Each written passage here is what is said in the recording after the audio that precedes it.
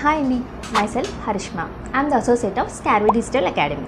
నేను స్కార్వీలో జాయిన్ అయ్యి 2 months అవుతుందండి. నేను జూన్ 1st స్కార్వీలో జాయిన్ అయ్యాను.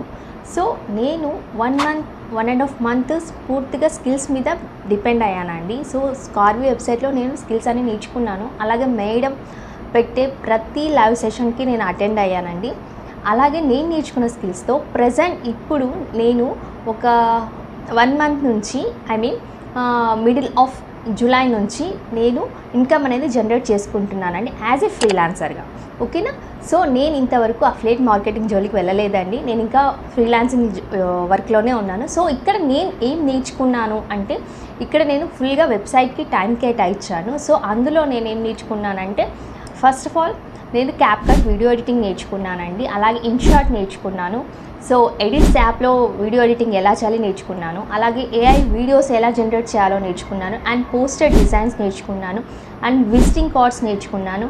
అండ్ వెబ్సైట్ డిజైన్ నేర్చుకున్నాను. అలాగే మెటా యాడ్స్ కూడా ఎలా రన్ చేయాలో నేర్చుకున్నాను. ఓకేనా? నేను ఓన్గా నేను మెటా యాడ్స్ రన్ చేసుకొని ఫ్రీలాన్సింగ్ ప్రాజెక్ట్స్ అనేవి నేను ఓన్గా తెచ్చుకుంటున్నానండి. సో ఇప్పుడు నా ప్రజెంట్ చేతిలో ఫ్రీలాన్సింగ్ ప్రాజెక్ట్స్ అనేవి చాలా ఉన్నాయి. దానికి నేను వర్క్ చేసుకుంటున్నానండి. సో ఇంత మంచి ప్లాట్ఫామ్ మాకు ఇచ్చిన సురేఖ మేడం గారికి, అలాగే అజయ్ సార్ గారికి చాలా చాలా చాలా థ్యాంక్స్ అండి.